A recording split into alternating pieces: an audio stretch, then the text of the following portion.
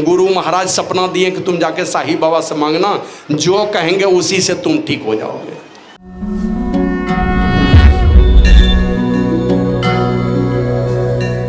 तो वही राम जी कहे इनको, माता सबरी को, मम दर्शन फल परम अनुपा, जीव पावही निज सहज स्वरूपा।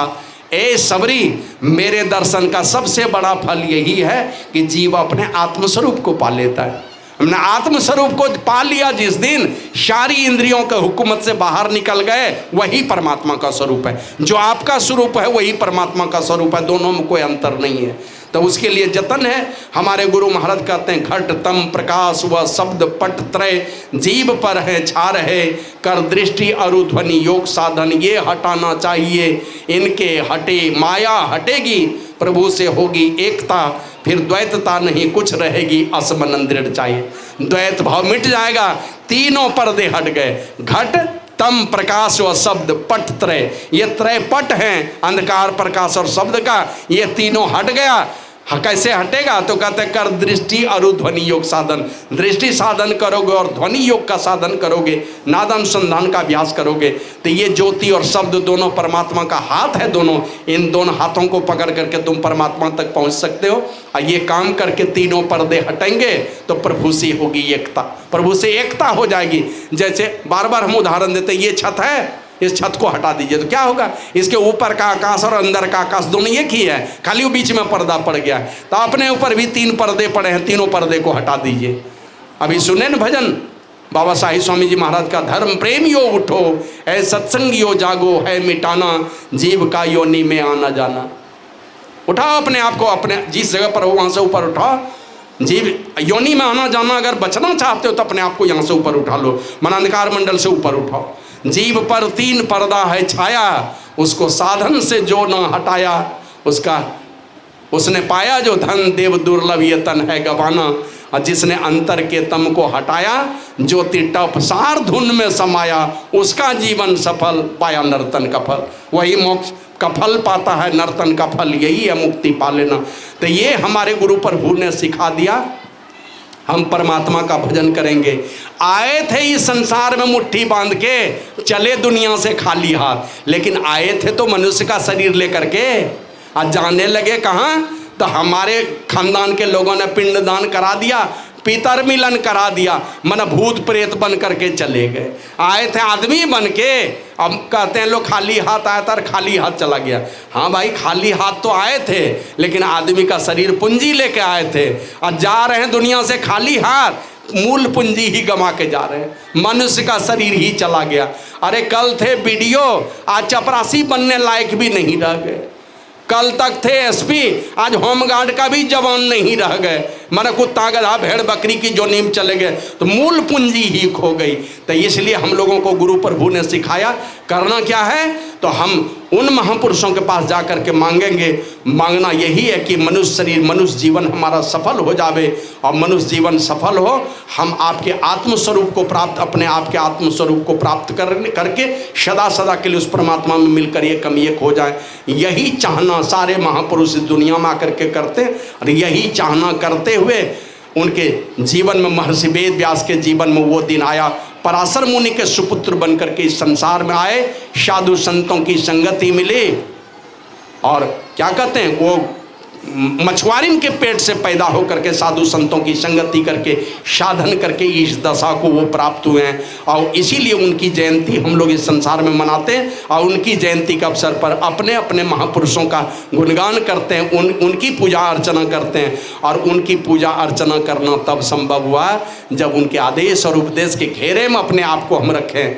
अभी सुन रहे थे ना, बिरति चरम असी ज्ञान मद, लोभ मोह रिपु मारी, जय पाई असो हरि भगति, देखो खगेश बिचारी। काकभूषुंडी जी कहते हैं गरुड़ जी को, ए गरुड़ जी जरा सा विचार करके देखिए, शक्ति तो बहुत कुछ है संसार में, है ना, बहुत शक्ति, धन की शक्ति है, हवा की शक्ति है, पानी की शक्ति है, बिजली की शक्ति है, सब शक्ति है, कोई कम नहीं है। पानी की शक्ति, बिजली की शक्ति, हवा की शक्ति, सब शक्ति है मजबूत। लेकिन परमात्मा की शक्ति कैसी है, वही काकभूषुंडी जी कहते हैं, विरति चर्म असि ज्ञान मद, लोभ मोह रिपु मारी, जय पाई असो हरि भगति, देखू खगेश विचारी। ए खगेश, ए पक्षियों के राजा गरुड़ जी, जरा विचार करके देखिए, हरि भक्ति वह शक्ति है। कैसी शक्ति है? हरि भक्ति वह शक्ति है। वह शक्ति रहे तब क्या कर सकते हैं आप? कहा कि विरति चर्म असि ज्ञान मद, वैराग्य रूपी ढाल और ज्ञान रूपी तलवार। वैराग्य है मेरे पास में, शरीर और संसार के नश्वरता का बोध है हमारे पास में, ये वैराग्य है मेरा।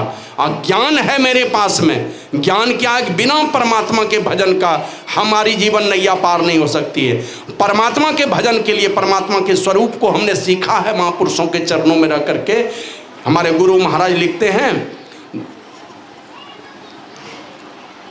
यही मानुष दे समैया में करूं पर जीवो, यही मानुष दे समैया में करूं परमेश्वर में प्यार, कर्म धर्म को जला खाक ना। श्री सद्गुरु महाराज की जय।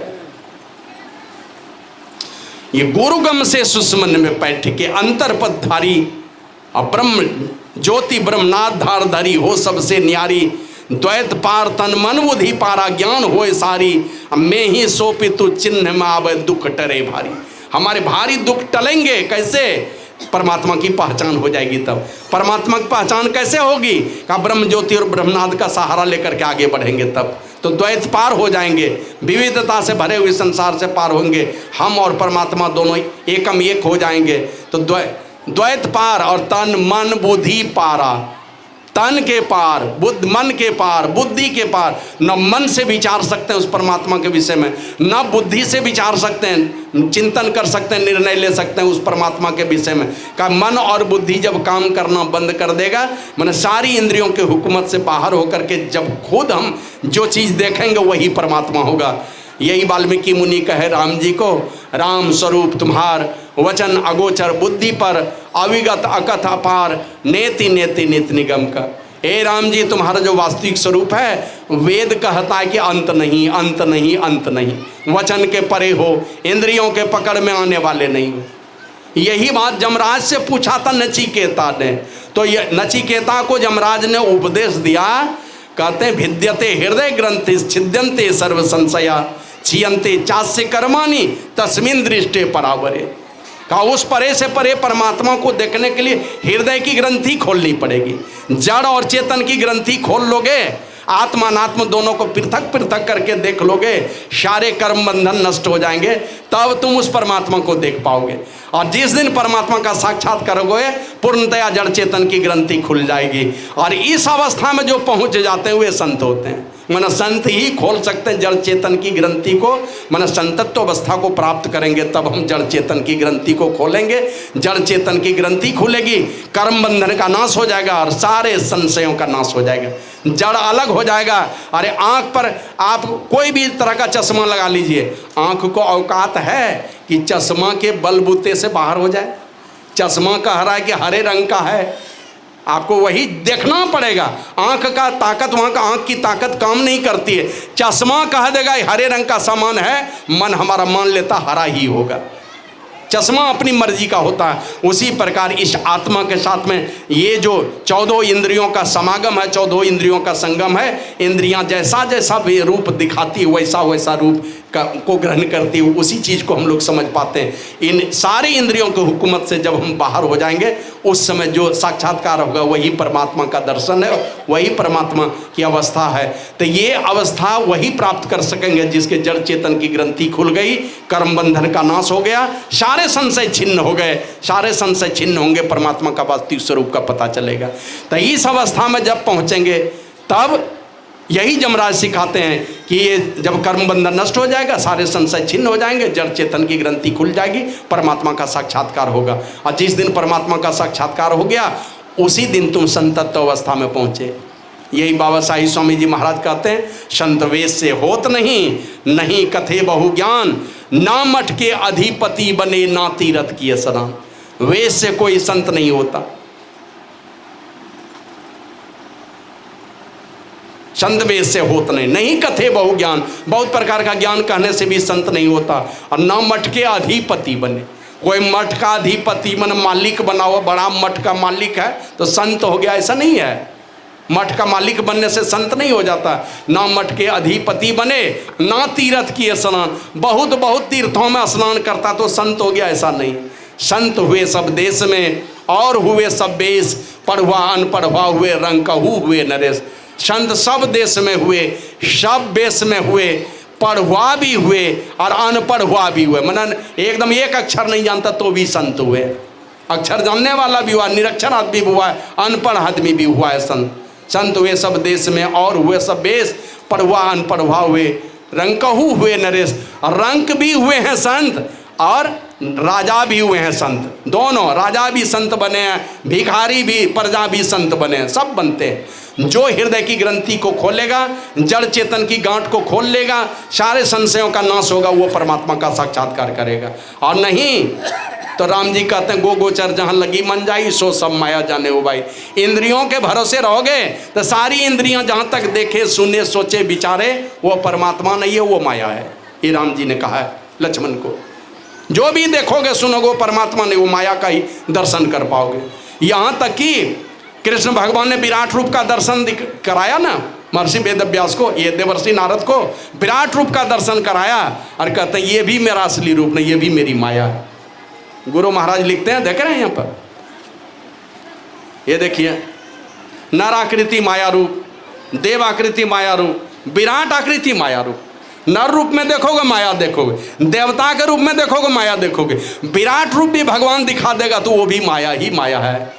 किसी इंद्रियों से देखोगे वो माया है, और सारी इंद्रियों की हुकूमत से अपने आप को बाहर निकाल लोगे, जिस दिन अकेले हो जाओगे उसी दिन परमात्मा का साक्षात्कार होगा और पता चलेगा तुम खुद ही परमात्मा हो, माना तुम परमात्मा में और परमात्मा तुम में है। लेकिन ये बात थोड़ा भ्रम होता है। बाबा कबीर कहते हैं, बूंद समाना समुद्र में यह बूझे सब कोई, ये यह जाने सब कोई, और समुद्र समाना बुद्ध में बूझे बिरला कोई।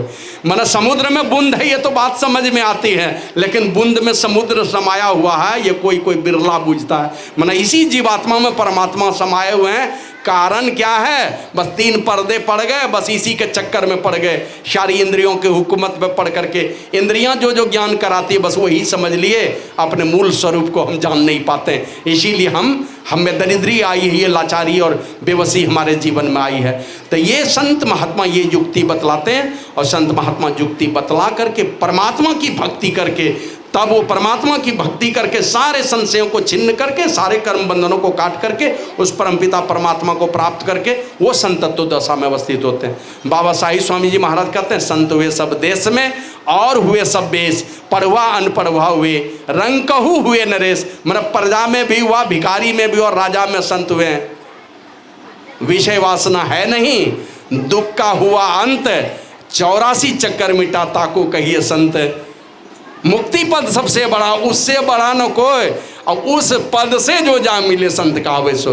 मुक्ति पद में जो चला गया, परमात्मा पद में जो चला गया, वो संत हो जाते हैं। और ऐसे संतों का जीवन पर उपकार वचन मन काया, संत सहज स्वभाव खगराया। ए पक्षीराज गरुड़ जी, ये संतों का स्वभाव है, वचन मन काया, पर उपकार वचन मन काया, दूसरे का उपकार वचन से, मन से, शरीर से, हर तरह से दूसरे का उपकार करना, ये संतों का सहज स्वभाव है, ये पक्षीराज गरुड़ जी कहते हैं। तो इस प्रकार के महापुरुषों की श्रेणी में महर्षि वेद व्यासदेव जी महाराज का अनन्य स्थान है, और उन्हीं के जयंती के अवसर पर ये गुरु पूर्णिमा महोत्सव मनाते हैं। कुछ पूज्य बाबा कहते थे, ये पूर्णिमा ये दिन नहीं, अगर सचमुच मन के क्या कहते हैं, मैंने गहराई में अगर जाकर के विचारा जाएगा तो वो कहते थे सचमुच में अगर पूर्ण माँ कोई है, गुरु को कहते हैं पूर्ण माँ, एक माँ है जिसने जन्म दिया, हम इस संसार में आए हैं, है ना, एक वो माँ है। लेकिन असल में पूर्ण माँ अगर कोई है तो वो संत सदगुरु ही होते हैं। वो कहते थे, एक दिन हमने पूछा कि हुजूर ये जो एक संत वाणी है, चरणदास जी महाराज की वाणी है, पितु सु माता 100 गुना, सुत को राखे प्यार, मन से ती सेवन करे, तन सु डांट अरुगार, माता सु हरि 100 गुना, जिनसे 100 गुरुदेव, प्यार करें अवगुण हरें चरणदास सुखदेव।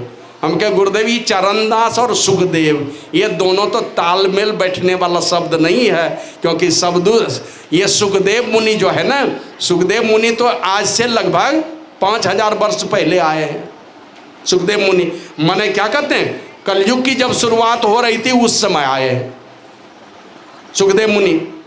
उस समय दर्शन दिए, राजा परीक्षित को कथा सुनाए थे, उस समय जीवित थे वो। लेकिन ये जो हैं ये चरणदास जी महाराज तो आज से हमको लगता है 300-400 वर्ष पहले आए हैं, 300 वर्ष मुश्किल से हुआ होगा। तो ये सुखदेव मुनि कहाँ से आ गए इनके जीवन में? तो बोले कि वो जो सुखदेव चरणदास को जब गुरु नहीं मिले तो वही चले गए सुकरताल, जहाँ सुखदेव मुनि राजा परीक्षित को कथा सुनाए तो वहीं पर अब पहाड़ पर चढ़ गए और वहीं से कूदना चाहते थे। क्या करेंगे इस दुनिया में रह करके जब कोई गुरु ही नहीं मिलते हैं, दीक्षा देने वाला कोई ब्रह्मज्ञानी महापुरुष नहीं मिलता, तो इसीलिए जान गंवाने के लिए आए हैं। तो जैसे कूदना चाहते पीछे से बाँह पकड़ लिया किसी ने, उलट के देखा तो चरणदास पूछते हैं कि आप कौन? तो कहा कि तुम पहले तुम बताओ तुम कौन? तो बोला मैं चरणदास। क्या करने जा रहे हो? बोला आत्महत्या। क्यों? तो बोला कोई गुरु ही नहीं मिले, कहाँ जा करके ब्रह्म ज्ञान सीखूं? तो बोला परमात्मा की कृपा से मैं सुखदेव मुनि आ गया हूं। तो सुखदेव मुनि ने ब्रह्म ज्ञान उनको सिखाया। तो उनकी वाणी माया चरणदास जी महाराज कहते हैं कि पितुषु माता 100 गुना, पिता से बढ़कर के 100 गुना बतलाया है माँ को, क्योंकि सुत को राखे प्यार और मन सेती सेवन करे तन सु डांटर उगार, है ना। पिता से 100 गुना क्यों अधिक बताया जानते हैं? देखें कभी आप लोग, पता नहीं आप लोग खाए होंगे उस तरह का क्या कहते हैं आशीर्वाद पिताजी से मिला होगा कि नहीं मिला। वो अरहर का क्या कहते खुट्टी नहीं होता है, लेते थे हाथ में 8-10 कितना देते थे पीठ पर, पीठ में पैर में कहाँ मारते थे उसका ठिकाना, पता नहीं गिनते भी थे कि नहीं गिनते थे। अब माँ खिला लेती थी बचपन में, 1 रोटी 2 रोटी 3 रोटी ठूसते जा रही है, 4-5 खिला लेगी, नहीं नहीं अभी तो 2 ये रोटी खाए हो, अब 4-5 खिला के कहेगी भी 2 ये रोटी खाए हो, मैंने पूरा खिला करके भी कम में गिनती करने वाली वो माँ है। अब पूरा चोट दे करके भी बाप कम में लाठी गिनने वाला है, मैंने 8 लाठी मारेगा 1 लाठी गिनने वाला है। तो इसलिए पिता से बढ़ करके 100 गुना बतला गया माँ को। पिताजी डांट फटकार कुछ भी लपड़ थप्पड़ कुछ चला देंगे। और आप लोग देखे होंगे, हम लोग भी देखे हैं, माँ डांटने का बहाना बनाएगी, हाथ में लाठी लेगी, कहाँ लाठी लाओ तो, है ना, हल कहाँ है चप्पल निकालो तो अब चप्पल खोजेगी, जबकि सब देखा हो चप्पल किस जगह पर, लेकिन चप्पल खोजने में ही पहले उसका आधा घंटा बीतेगा। मारना नहीं है उसके बच्चे को, देना है चोट, ऊपर से गुस्सा करके मना हाथ लगा लेगी अपने और हाथे पर चोट देगी। बच्चा को चोट भी नहीं लगना चाहिए, उसको डर भी लग जाना चाहिए। ये माँ होती है, मना कुछ भी कर ले अपने बच्चों के खातिर, कुछ भी कर सकती है। तो इसलिए पूज्य बाबा कभी कभी एक कहानी सुनाते थे कि माँ क्या होती है। एक लड़का था, एक बच्चा, अब 2 माँ लड़ गई आपस में, दोनों माँ कहे कि ये बेटा मेरा है, वो कहे मेरा बेटा मेरा है। अब कौन पंचायती करे? तो मामला चला गया चंद्रगुप्त, ये क्या कहते हैं राजा विक्रमादित्य, मना क्या कहते हैं वो चक्रवर्ती सम्राट थे, वो राजा चक्रवर्ती सम्राट थे, वो राजा विक्रमादित्य के पास चला गया, जिनकी राजधानी थी अवंतिका, उज्जैन के पास, वहाँ राजधानी थी। वहाँ मामला गया और वो राजा विक्रमादित्य कहते हैं भी तुरंत फैसला करवा देता हूँ। जल्लाद को बुलवाया, का लड़का का 2 टुकड़ा कर दो, दोनों का आधा दे दो। अब इतना बोलना था कि एक बच्चा 2 माँ के कोख से कैसे पैदा होगा। तो जिसका बच्चा नहीं था वो कहते बाहरी राजा, इतना धर्मात्मा राजा तुम कहीं नहीं देखे, एकदम दूध का दूध पानी का पानी कर दिया, तुरंत 2 मिनट में फैसला कर दिया। राजा सुन लिया ये बात, समझ गए कि कोई भी अपनी माँ होगी ना, कभी वो अपने बेटे को कटता हुआ नहीं देख सकती है। अपनी वाली जो माँ थी वो कहती है राजा साहब ऐसी सज़ा मत दीजिए मेरे बेटे को, उसी को दे दीजिए बेटा, मेरा बेटा जिंदा रहेगा तो मैं कहीं भी जाकर के अपने बेटे को देख लूँगी, दे दीजिए उसी को, लेकिन मेरे बेटे को 2 टुकड़ा मत कीजिए। तो राजा तुरंत समझ गया कि यही असली माँ है, तो इस माँ को बेटा दे दिया और उस माँ को जुर्माना लगाया, दंड दिया उसको। तो माँ ये होती है, कुछ भी करेगी अपने बच्चों के खातिर। पिताजी थोड़ा क्या कहते हैं, सब है, स्वाभिमानी है, पुरुषार्थी है, परमार्थी है, हमेशा चाहता है अपने बाल बच्चे को ठोक बजा करके मजबूत करना कि कहीं कमज़ोर नहीं रह जाए, कभी जीवन में कभी किसी के सामने में हाथ नहीं पसारना पड़े। ये पिता में है। लेकिन माता जो दूसरे तरफ चाहे ज़रूरत पड़ी तो कहीं जाकर के कोई भगवान से कोई दुश्मन से जाकर के टकरा जाएगी, इस प्रकार का सामर्थ्य माँ के पास है। इसलिए कहा पितु सो माता 100 गुना और सुत को राखे प्यार। बेटे को प्यार से रखती है, मन से ती सेवन करे, मन से बहुत प्रकार का मन सेवन करती है। क्या बहुत कड़वा घुट पी लेगी अपने बच्चों के खातिर।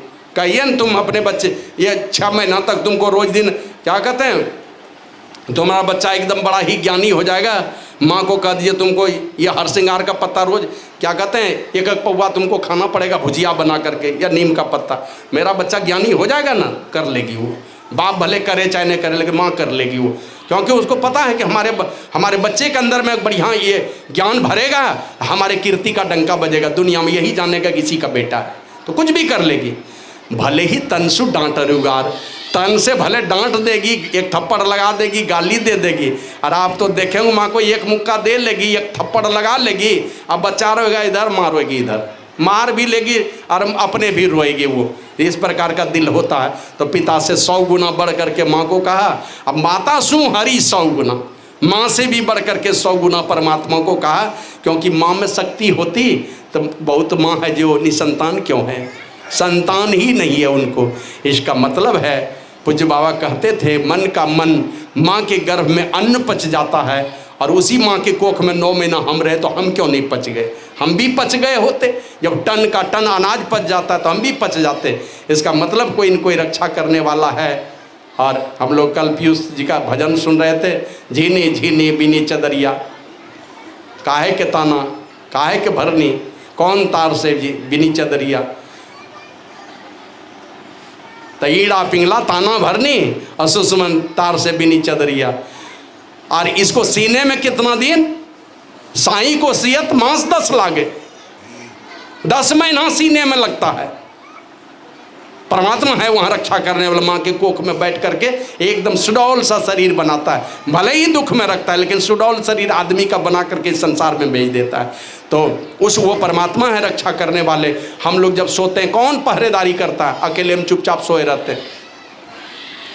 आया कौन भूत प्रेत आपके बगल में आके घूम के गया, भाग गया कि भालू गया, कौन देख कर हम देखे हैं? बेसुध हम सोए हुए हैं, कोई तो रक्षा कर रहा है ना हमारी, हम लोग उसमें हम लोग बच जाते हैं। तो ये परमात्मा की विशेष कृपा है। तो इसलिए माता से 100 गुना परमात्मा को कहा, लेकिन जिनसे 100 गुरुदेव, उनसे बढ़ करके 100 गुना गुरुदेव को कहा।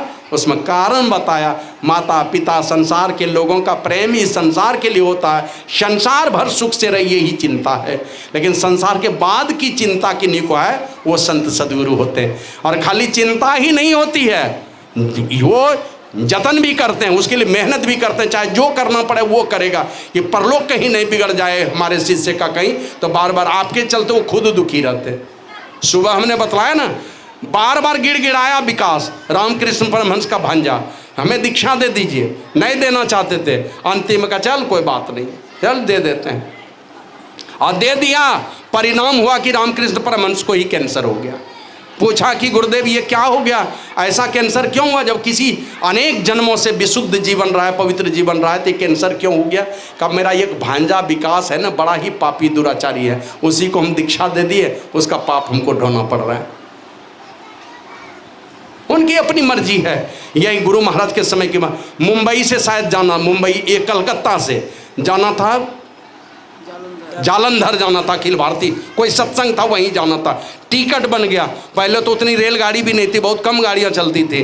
तो ये बार बार जो है गुरु महाराज बोले नहीं उधर की यात्रा नहीं करेंगे, मुहूर्त सही नहीं है, उधर नहीं जाएंगे, 1 महीने के बाद जाएंगे। अब जो टिकट बनवा वो बार बार बोल रहा है हुजूर बार बार कंफर्म टिकट नहीं मिलता है, दोहरा करके नहीं बन पाएगा प्रोग्राम, हुजूर कृपा कीजिए। अब गुरु महाराज बार बार नकार रहे थे, कलकत्ता से जालंधर जाना।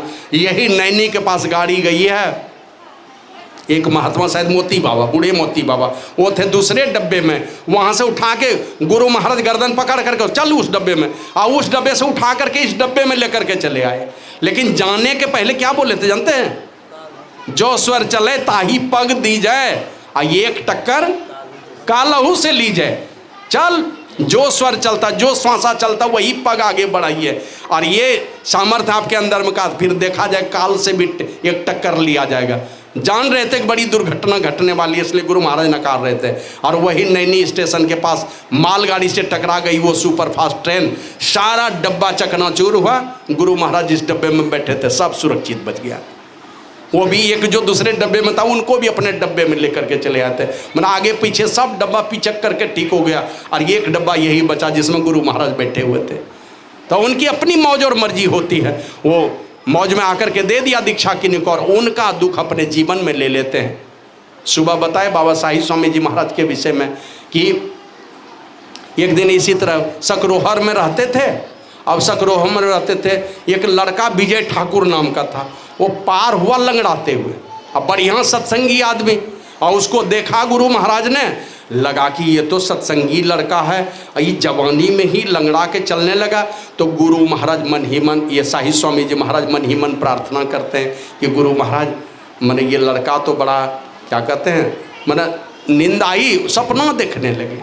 अब सपना में देखने कि गुरु महाराज सामने में है, और गुरु महाराज को कह रहे हैं कि हुजूर ये विजय ठाकुर बड़ा ही क्या कहते हैं सत्संगी लड़का, बड़ा ही सज्जन लड़का, ही जवानी में इसको बीमारी हो गई, तो कुछ दवा अगर बता देते तो बढ़िया होता। ये मन ही मन। तो गुरु महाराज क्या कहते हैं साहिब बाबा को, साहिब बाबा आप विजय ठाकुर को कुछ दवा क्यों नहीं बता देते? तो ये कहते हैं हुजूर हम क्या कुछ जानते हैं जो हम दवाई बता देंगे, हमको क्या पता, हम दवा देते हैं। बोला आप जो दे दीजिएगा उसी से ठीक हो जाएगा। तो साहिब बाबा को कह दिए सपना में आप जो दे दीजिएगा उसी से ठीक हो जाएगा। और ये लड़का सपना देखता है कि गुरु महाराज कह रहे हैं विजय ठाकुर तुम कहीं नहीं जाते हो साहिब बाबा के पास, जा करके कहो ना कुछ दवा दे देगा। अब इनको भेज दिया कि जाके दवा मांग लो, और वो कहते हैं हुजूर हम क्या दवा जानते हैं जो दवा बता देंगे। बोले आप जो बता दीजिएगा उसी से ठीक हो जाएगा। अब नींद खुलने के बाद ये लड़का जाता है साहिब स्वामी जी महाराज के पास, और वो जाके कहता हुजूर कुछ दवा बता दीजिए ना, सो आप जो बता दीजिएगा हम ठीक हो जाएंगे। हम सपना देखे हैं, गुरु महाराज सपना दिए कि तुम जाके साहिब बाबा से मांगना, जो कहेंगे उसी से तुम ठीक हो जाओगे। तो साहिब बाबा तो तुरंत समझ गए, वो भी सपना देखे हैं, गुरु महाराज ही दिए सपना कि विजय ठाकुर को जो तुम बता दोगे उसी से ठीक हो जाएगा। क्या बताए थे? श्री सदगुरु महाराज की जय। वही कहते एक पोटिया लहसुन क्या था, हाँ लाल मिर्ची का शायद पाउडर या कुछ बताए थे से, ये एक टोपिया लहसुन, एक पोटिया लहसुन का वो तुम लिया करो और उसी से तुम ठीक हो जाओगे। तो इसी तरह कुछ दवा बता दिए और सचमुच में ठीक हो गया उसका, वो लंगड़ाना जो बंद हो गया, वो मैंने नहीं तो विकलांग हो जाता। तो इस प्रकार की बातें महापुरुष जो हैं दूसरों के लिए अनायास ही दुखी हो जाता। एक दिन यही कुप्पा घाट में गुरु महाराज एकाएक कहते हैं छोटे लाल बाबा को, छोटे लाल चलो उधर चलेंगे शीला देवी चमड़िया के कमरे की ओर। कलकत्ता की रहने वाली थी, अब तो है भी नहीं, उनका कमरा था, वहीं चलेंगे। अब इधर से अब रामलगन बाबा या कोई चला रहे थे व्हील चेयर, छोटे लाल बाबा दौड़े हो जाके कहते हैं माता जी सो जाकर के गुरु महाराज आ रहे आपके कमरे की तरफ, और भीतर में रो रही थी। गुरु महाराज वहीं से कहते हैं वो बहुत रो रही है, चलो उसी के कमरे की तरफ। अब गुरु महाराज अपने निवास में कहते हैं वो खूब रो रही है, और इनका व्हील चेयर जब आगे बढ़ता है तो वो दौड़ करके वहाँ क्या कहते हैं छोटे लाल बाबा जाके कमरा खोलवाते थे, सचमुच में रो रही थी। गुरु महाराज इधर से जाते हैं, वो आकर के प्रणाम करती है, तो गुरु महाराज कहते हैं क्या बात है, काहे रो रही है? तो काहे रो रही है? आपको नहीं तुमको नहीं पता है मैं कौन हूँ, पता है कि नहीं? तो वो कहती कि गुरुदेव आप ही की कृपा से तो मेरी जान बची हुई, नहीं तो मैं इस दुनिया से चली गई होती, आपकी कृपा से मैं जिंदा हूँ। तो बोला कि तुम पहचानती हो ना कि मैं कौन बोल रहा हूँ? तो जब बोल रहे तो इसमें रोने की क्या बात है, सब ठीक हो जाएगा। तो इस प्रकार लोगों के लिए का दूसरे के दुख के लिए दुखी होना और दूसरों के सुख से गदगद हो जाना, ये संतों का सहज स्वभाव है। इसीलिए और है क्या, सारे देवी देवता माने एक तो आपके दुख से दुखी हैं, कोई देवी देवता को आपसे कोई लेना देना कुछ भी मतलब नहीं है। आपके दुखों से अगर दुखी होने वाले कोई महामानव हैं वो संत सदगुरु हैं, और वो आपके दुख के लिए दुख सहते हैं। आपके सुख से गदगद होने वाले अगर कोई हैं तो एकमात्र संत होते हैं, और नहीं तो आपके सुख से देवता को गदगद होने वाले हैं। अगर गदगद होने वाले होते तो राजा या आती, एक तो जानते हैं दो शादी कर लिए और अंतिम में जब बैराग हुआ तो जंगल चले गए तपस्या करने। तपस्या करके सीधे गए इंद्रलोक। इंद्र के बगल में गद्दी लग गई उनकी, राजा ययाति के, और सशरीर चला गया। अब इंद्र देखता है कि मृत्यु भुवन का आदमी मेरे बगल में बैठेगा, ये मनुष्य आदमी, इसकी यह औकात है, बड़े बड़े देवता मेरे सामने में नहीं बैठ सकते हैं, और ये साधारण आदमी मेरे बगल में बैठेगा, इसको हटाओ यहाँ से किसी तरह से। अब कैसे हटाएगा भाई? तो बातों के जाल में फंसाया और उससे पूछा कि आप तो बड़े धर्मात्मा आदमी हैं, यहाँ कैसे आ गए इंद्रलोक में? क्या क्या किए? बस अपना गुणगान शुरू कर दिया, हमने ये किया, हमने वो किया, धर्म का जो जो काम किया सब बताया। इतने वर्षों तक तपस्या किए, सब गुणगान करने लगा, अपने आसन डोलने लगा। जैसे आसन डोला तो इंद्र से पूछता है कि ये क्या हो रहा है? भाग यहाँ से, क्या हो रहा है? बैठेगा मेरी बराबरी में, निकल यहाँ से, जाओ यहाँ से, हटो। अभी देख लिया कि इसकी पूंजी ही खत्म हो गई, पुण्य की पूंजी सब खत्म हो गई। माने आत्म प्रशंसा से सब पुण्य का क्षय हो गया और उसको कहा जाओ यहाँ से। अब वहीं जब वहाँ से गिरने लगा, पतन होने लगा, तो जाते जाते इंद्र ने कहा जब जा रहे हो, यहाँ से पतन हो रहा है तो कुछ मांग लो। कहा कि जब देना चाहते हैं बस इतनी कृपा कर दीजिए, बस इतना ही वचन दे दीजिए कि मैं गिरूँ संतों के बीच में, जहाँ भी जाऊँ संतों के बीच में, यहाँ से पतन हो जाए लेकिन मैं जाऊँ तो संतों के बीच में मेरा पतन हो। क्योंकि उनको पता था, साधु संतों का महात्मा वो जानता था, संतों के बीच में जाएंगे तो वहाँ से फिर पतन नहीं होता है, वो वहाँ से सदैव उन्नति के तरफ आगे बढ़ता है। और उनकी संगति मिलेगी तो तुलसीदास कहते हैं, तुलसीदास जी महाराज, सुनी समझही जन मुदित मन, मज्जही अति अनुराग, अल्लाह ही चारि फल अछत तनु, साधु समाज प्रयाग। जो साधु समाज में जाएगा वहाँ से पतन नहीं होगा, उनका क्या कहते हैं समागम होगा, उनकी बातों को सुनेगा, समझेगा और अपने जीवन में उतारेगा, शरीर रहते चारों फल प्राप्त कर लेगा। यही भेद सिखाने के लिए राम नाम के हीरे मोती संत लुटाए गली गली, ले लो रे कोई राम का प्यारा, आवाज़ लगाए गली गली। गली गली आवाज़ लगाते फिरते हैं, दुनिया के लोगों के झंझावातों को झेल करके लोगों के दुख के निदान के लिए उस संसार में जीते रहते हैं। तो ये काम संत महापुरुष जब भी आते हैं, जब जब मानवता शर्मसार होती है, जब तक सदाचार का अभाव होता है संसार में, जब तक धर्म का अभाव होने लगता है, संत महापुरुष उसको आते हैं फिर से पापी आदमी का उद्धार करने के लिए। भगवान आएंगे तब तो संहार कर देंगे, इसलिए परमात्मा आ जाते हैं बीच में संत रूप में, दुष्टों का पापियों का उद्धार करने के लिए आ जाते हैं। तो हम लोगों का बड़ा ही भाग्य है कि हम लोग सद्गुरु महर्षि में ही परमहंस जी महाराज जैसे महापुरुष के चरण शरण में आकर के, उनके शिष्यों के चरण शरण में आकर के कुछ न कुछ अच्छी बातें सीखे हैं और सीख करके उस रास्ते पर चल रहे हैं। यही करने के लिए वो महापुरुष आते हैं। ये हजारों आदमी मिल के जिस प्रकार एक रेल के डब्बे को उठा के पटरी पर नहीं रख सकता, लेकिन एक क्रेन आता है तो उठा के रख देता है, तो पापी से पापी आदमी को भी जो पथ भ्रष्ट हो गया है, पतित हो गया, उसको उठा करके अच्छे रास्ते पर लाने के लिए संत महापुरुष लोग आते हैं। तो इसलिए आवश्यकता है ऐसे महापुरुष के चरण शरण में रह करके हम जो करना है वो यही है कि उन महापुरुषों से युक्ति जान करके पवित्रता का जीवन हो, हमारा संकल्प लेकर के जाएं। पवित्रता से भरा हुआ जीवन हो, चाहे दाम्पत्य जीवन हो कि सन्यासी जीवन हो, दोनों जीवन को पवित्रता से निभाना है। पवित्रता से रहिए। क्या कहते हैं, अच्छे बुरे परिस्थितियां आएंगी आपके जीवन में, लेकिन हर परिस्थिति में अनुकूल जीवन बना करके, संतुलित जीवन बना करके रहिए। कुछ सहने की क्षमता रखिए, अच्छी बुरी बातें जीवन में उठेगी, कुछ सह लीजिए, सह करके अपने रिश्तों को मजबूत बना करके पवित्रता से रहिए। दाम्पत्य जीवन को पवित्र बनाइए, बाल बच्चे को अच्छी शिक्षा दीजिए, खान पान की शुद्धि रखिए, पांचों पापों से बचा करके रखिए और नियमित रूप से त्रैकालिक संध्या कीजिए, दोनों पाली का सत्संग कीजिए। यही महापुरुष चाहते हैं। हम जिस रास्ते पर चले पर उसी रास्ते पर हमारे सारे भक्त लोग चलें और चल करके किनको प्राप्त कर लें, जिस परमपिता परमात्मा को हम प्राप्त करके किए हुए हैं उसी परमात्मा को ये भी प्राप्त करके सारे दुखों से निवृत्त हो जाए। यही संत महात्मा की इच्छा रहती है और इसीलिए संत महात्मा का आना जाना इस संसार में होता है। विशेष ना कह करके गुरु महाराज का एक उपदेश है, गुरु महाराज की वाणी है, दुख दर्द भव के सब मिटें, सदगुरु चरण नित से ये, गुरु भक्ति बिन कछु ना बने, में ही सकल संतन कही। सारे संतों ने कहा है गुरु भक्ति के बिना कुछ भी बनने वाला नहीं है। झूठे गुरु से अपने आप को बचा करके रखिए, सच्चे गुरु को चुनिए। जीवन मुक्त महापुरुष हैं, ऐसे महापुरुषों के चरण शरण में रहिए।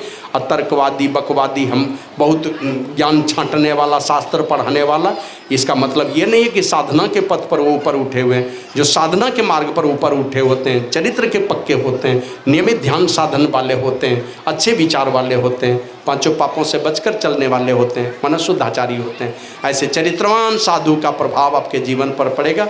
उनके चरित्र बल का, उनके ध्यान बल का प्रभाव आपके जीवन पर पड़ेगा और उनकी शुभकामना और मनोकामना भी आपका भला करेगी। आप चलेंगे आगे, रास्ते पर बढ़ेंगे, उनकी मनोकामना और उनकी जो शुभकामना होगी, उनकी जो दुआ होगी, उनकी जो बधाई होगी आपके कल्याण के लिए होगा। तो ऐसे इसीलिए हमारे गुरु बाबा कबीर ने कहा, झूठे गुरु के पक्ष को तजत न कीजिए बार, द्वार न पावे शब्द का भटके बारंबार। तन मनता को दीजिए जाके विषया नाई, आपा सभी डारी के राखे साहब माई। मैंने सारे विकारों से बचा कर को आपको परमपिता परमात्मा से जोड़ने का काम करेगा। तो हम नियमित रूप से ये साधन करें और इस साधन के क्रम में क्रम से जो संत मत की साधना है, बिंदु ध्यान और नाद ध्यान, जो सारे संतों में, सारे शास्त्रों में और कलयुग के सारे संतों की वाणियों में पूरा वर्णन मिलता है बिंदु ध्यान और नाद ध्यान की साधना। लेकिन उसके साथ एक बिंदुता के साधन से ब्रह्मांड में पैठ होगी आपकी। सुख सिंधु की खिड़की से ब्रह्मांड में पैठ करेंगे और परमात्मा के अनेक प्रकार के रूपों को देखते हुए आप आगे बढ़ते जाएंगे और अंततः उस परमात्मा को प्राप्त करेंगे। लेकिन उसके पहले है कि हम जीवन में अपने आप को बलिष्ठ बना सके साधना के पथ पर। इसलिए महापुरुषों ने बतलाया कि पहले थोड़ी देर मन ही मन एक मंत्र का जप कर लो, मन ही मन, और एक रूप का, पवित्र रूप का मन ही मन उनका मानस ध्यान कर लो। माना अपने मानस पटल पर किसी इष्ट की मूर्ति को बिठा लो, तो उस इष्ट में कोई राम का ध्यान करते हैं, कोई कृष्ण का करते हैं, कोई भोले बाबा का करते हैं, और अधिकांश लोग हैं जो गुरु का करते हैं। ये पवित्र रूप है जो सारे विकारों से बचे हुए महापुरुष होते हैं। ऐसे निर्विकारी महापुरुष के चरण शरण में रह करके उनके जुक्ति के मुताबिक मानस जप कीजिए, मानस ध्यान कीजिए। ये साधना की शुरुआती पढ़ाई है। ये दोनों करके आप बिंदु ध्यान नाद ध्यान में प्रवेश कर मतलब वो साधन कर पाएंगे और एक बिंदुता की प्राप्ति होगी तो ब्रह्म ज्योति जलेगी। वो ब्रह्म प्रकाश है और ब्रह्म प्रकाश में ब्रह्मनाद भी मिलेगा, दोनों मिलेगा आपको। तो ये दोनों के सहारे पूज्य बाबा कहते थे ये दोनों परमात्मा का दोनों हाथ है। इन दोनों हाथों के बीच में कोई चला गया, अगर ये दोनों सहारे मिल गए, कहाँ मिलेंगे ये दोनों सहारे? ये दोनों सहारे मिलते कहाँ हैं? गुरु महाराज कहते हैं ऐन महल पट बंद कहे चलू सुखमन घाटी हो, दृष्टि डोर स्थिर रहे तम बीची ही में फाटी हो, तब वहाँ जाके खुले आसमान की टूटे भ्रम टाटी हो। आसमान के रास्ते खुलेंगे और वहाँ ब्रह्म ज्योति और ब्रह्मनाद का सहारा मिलता है। तो ये दोनों सहारा प्राप्त करके ये दोनों साधना करते हुए हम, हमारे गुरु महाराज लिखते हैं, अमृत ध्वनि की नौबत धरत बड़ भागी सुनते, सुनत लखत सुख लहत अद्भुति में ही प्रभु मिलते। अद्भुत अंतर की डगरिया जा पर चलकर प्रभु मिलते। उस अंतर के डगर पर, वो अद्भुत अलौकिक है वो डगर, उस रास्ते पर चल करके ब्रह्म ज्योति और ब्रह्मनाद का सहारा लेकर के ब्रह्म ज्योति को देखते, ब्रह्मनाद को सुनते साधक आगे बढ़ता है और अंतिम में सार शब्द को प्राप्त करके उसी सार शब्द जो ब्रह्मनाद कहा जाता है उस ब्रह्मनाद के सहारे उस ब्रह्म पद तक पहुँच हो जाती है। तो ये काम इस मनुष्य शरीर के रहते होगा। मनुष्य शरीर मात्र कर सकता है, यही करने के लिए मनुष्य का शरीर मिला है, ये बेकार नहीं चला जाए, इसी के लिए संत महात्मा इस संसार में आते हैं। यही सारी अच्छाइयों से भरा हुआ जीवन था सदगुरु महर्षि वेद व्यास देव जी महाराज का, जो जगत गुरु के रूप में इस संसार में आए थे। इसीलिए गुरु महाराज कहते थे असल में अगर पूर्णिमा कोई है तो संत सदगुरु ही पूर्णिमा है, इसलिए इसको गुरु पूर्णिमा के रूप में हम लोग मनाते हैं। मूल में है कि महर्षि वेद व्यास देव जी महाराज का पावन जयंती है। इस जयंती को हम अपने अपने गुरु की पूजा अर्चना करते हैं।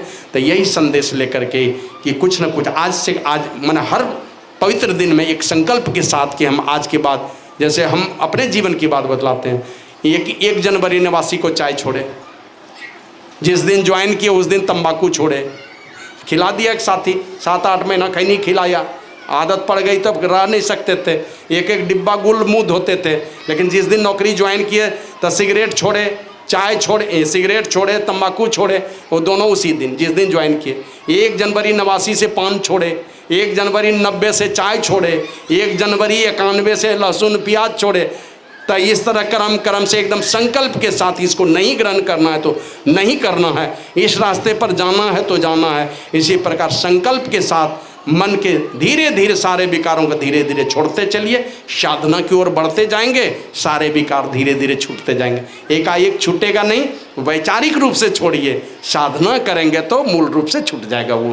तो ये काम करते हुए हमें धीरे धीरे आगे बढ़ते जाना, सारे पापों से बचाते हुए नियमित रूप से सत्संग ध्यान करें और पांचों पापों से बचा करके चरित्रवान बन करके रहें। बेटा है या बेटी, बाप की पगड़ी को का डंका बजाने वाला, बाप की कीर्ति का डंका बजाने वाला बनना चाहते हैं कि माता पिता की कीर्ति को डुबाने वाला बनना चाहते हैं? बेटा बेटी दोनों को निर्णय लेना होगा। सत्संगी हैं तो गुरु महाराज की कीर्ति को आगे बढ़ाना चाहते हैं, ये गुरु महाराज की कीर्ति को डुबाना चाहते हैं। तो इसीलिए दोनों विचार करना होगा हम लोगों को, चाहे बेटा है कि बेटी हैं, माता पिता की कीर्ति को डुबाना है कि उठाना है, आप विचार कर लीजिए। और गुरु के कीर्ति को ऊपर ले जाना, दुनिया में फैलाना है कि उनकी कीर्ति को डुबाना है, ये विचार आपको करना पड़ेगा। ये विचार करने का दिन है गुरु पूर्णिमा। शुभ विचारों में मना करके संकल्प के साथ कि हमारे जीवन में खुशियां ही खुशियां हो, हमारे जीवन से तमस हटे। और यही वेदवाणी है, तमसो माँ ज्योतिर्गमय अमृतोर्मा मृत्योर्मा अमृतम गमय, तमसो माँ ज्योतिर्गमय और अस्तो माँ सदगमय। कहते हैं तमसो माँ ज्योतिर्गमय, अंधकार से मुझे प्रकाश की ओर ले चलो। अब हम अंधकार में ही रहना चाहते हैं, प्रकाश में भगवान से प्रार्थना करें प्रकाश में ले चलो, और अंधकार में हमेशा डुबकी लगा करके रहना चाहते हैं, तो कैसे ले जाएंगे? वो नहीं सुने, वो बैल, वो आलसी बैल, जो कोढ़िया बैल, वो क्या करता है, बीच में बांस लगा दिया, हला हला हला किया, थोड़ा उठा और बांस जैसे छोड़ा, बस गद से बैठ गया। हम लोग देखें यही हल जोतते समय बस यही करेगा, आया ये कि यहाँ हल जोतने के लिए यही भैंसा से, और हम यहीं पर थे। वो हल जोतने वाला कहता बाबा इधर नहीं आइएगा, तो हम बात नहीं समझे, काहे बोल रहा नहीं आइएगा। यहाँ से गए वही चूल्हा के पास, अब बैल जोतते हुए उधर गया, और उधर से जैसे ही इधर मोड़ा तो हम चूल्हे के पास खड़े थे, और बार बार वो हलवाहा बोल रहा है बाबा इधर नहीं आइएगा, जाइए जाइए उधर जल्दी। हम बात समझे नहीं और हम वहीं खड़े रह गए। वो बैल जैसे घुमा और हमको देखा ना, वो पीटी उषा और हिमा दास जो है ना वो फेल हो गई, उसके दौड़ के सामने वो हार जुआ सब लेकर के सीधे मना खुले हार लेकर के सीधे भैंसावर, यहाँ से 2 किलोमीटर है। अब वो दौड़ते रहा, यहाँ से उस हाल को बैल को नहीं पकड़ पाया, और अंतिम में गांव गया तो 2-4 हज़ार जुर्माना भी लगाया सब संतान लोग, ये हाल लेकर के गांव में काहे घुसा। तो उसी प्रकार ऊपर से ले लिया दीक्षा, मानो वो बैल के ऊपर में जो जुआ धराया वही है गुरुजी ने दे दिया। अब वो जुआ लेकर के जहाँ मनता उल्टे पुल्टे कर्मों में दौड़ लगाइएगा, कहाँ से साधन भजन में आगे बढ़ पाइएगा। तो ईमानदारी से पांचों पाप से बच करके खान पान की शुद्धि रखिए, विचार मन के भी उठते हुए तरंगों पर थोड़ा कब्जा करके रखिए। मन बहुत कुछ चाहता है, सारी चाहनाओं की पूर्ति करने के चक्कर में रहेंगे, भारी दुर्दशा होती रहेगी। इसलिए मन की तरंगे मार लो, बस हो गया भजन, और आदत बुरी सुधार लो, बस हो गया भजन। आए हो तुम कहाँ से, जाओगे फिर कहाँ, इतना सा ही विचार लो, बस हो गया भजन।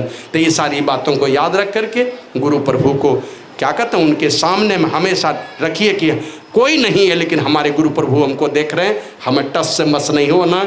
जो उपदेश है, जो आदेश है, उनका जो संदेश है, उस घेरे में रह करके उनके आदेश के मुताबिक नियमित हम साधन करेंगे, हमारा भला होगा।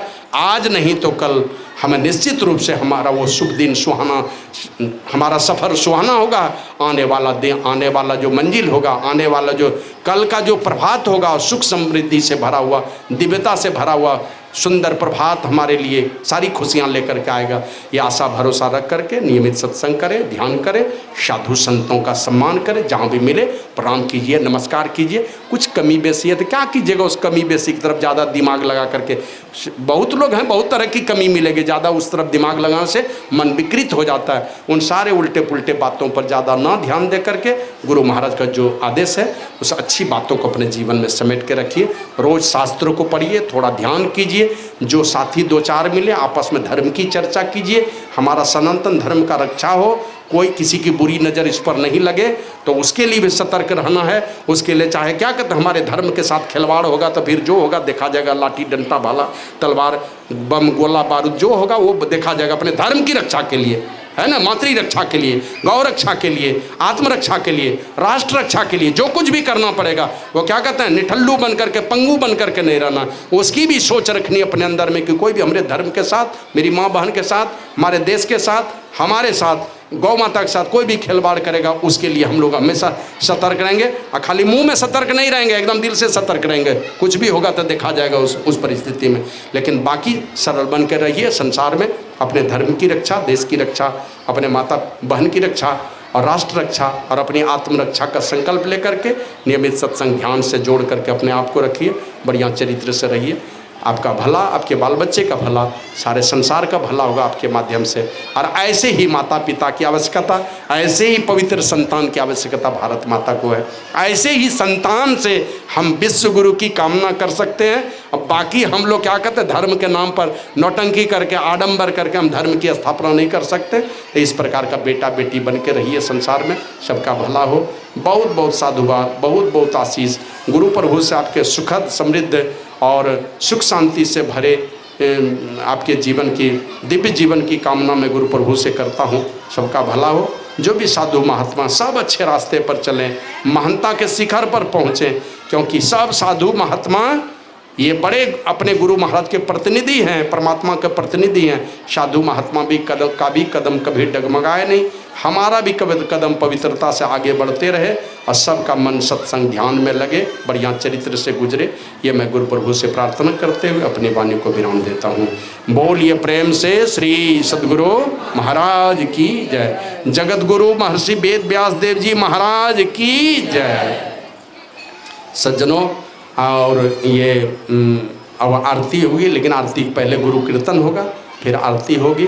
आरती के बाद लोग प्रसाद वगैरह लेके जाएंगे, और जो लोग भोजन प्रसाद ग्रहण नहीं किए वो लोग भोजन प्रसाद ग्रहण कर लेंगे, तब जाएंगे यहाँ से। श्री सद्गुरु महाराज की जय। और बार बार मेरा निवेदन होता है, वहाँ कुंभ में गया, वहाँ भी बोला, इधर जहाँ कहीं भी सत्संग में जाता हूँ सब जगह मैं कहता हूँ कि हम लोगों ने हरिद्वार में 17 बीघे ज़मीन की बात की है, वहाँ पर बड़ा लंगर हम लोग चालू करेंगे। तो आप लोगों से निवेदन है, इस वर्ष हम लोगों का प्रयास है कि दिसंबर महीने के अंतिम तक में कोशिश करेंगे कि उस ज़मीन की रजिस्ट्री हो जाए। तो एक बड़ी कीर्ति का काम है अपने संत मत के लिए।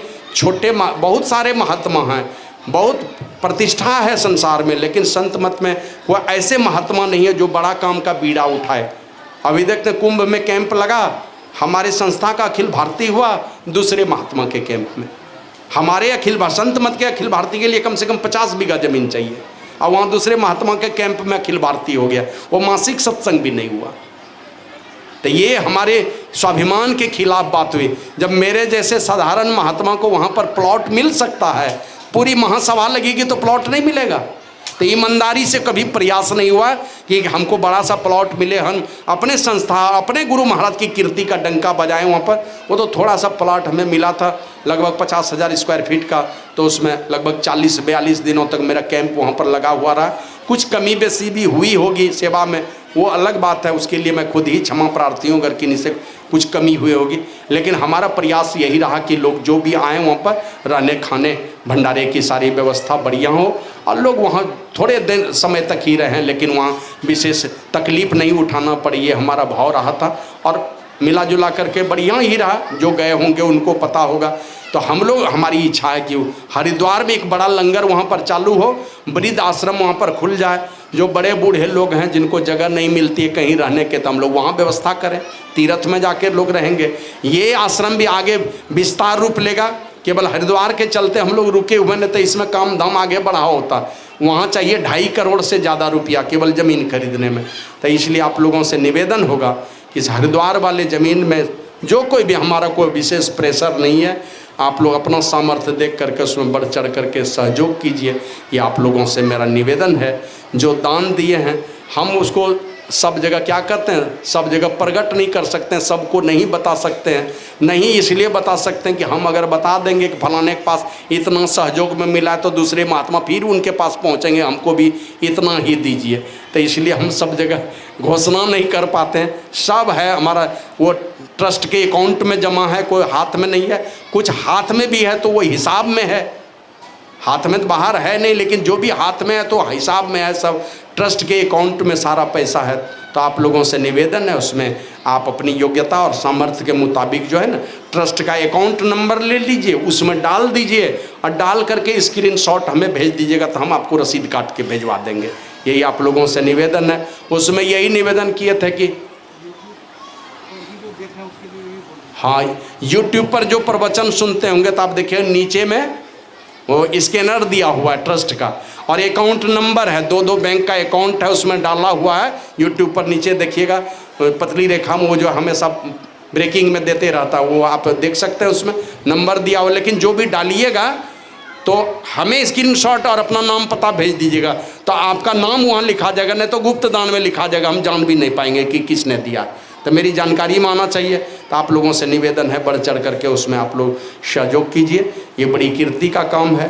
अरे कितना दिन जिएंगे, ये शरीर खूब बढ़िया से चलेगा तो कितना साल चलने वाला है, 60 पर पहुंचा, कितना दिन चलेगा। और ये शरीर थोड़े दिन तक चलने वाला है, बाकी तो फिर घिसट घिसट के चलने वाला जीवन हो जाता है। तो इसलिए आप लोगों से निवेदन है कि आप लोग इसमें बढ़ चढ़ करके सहयोग करें। इसी निवेदन के साथ अपनी वाणी को विराम देता हूँ। श्री सद्गुरु महाराज की जय।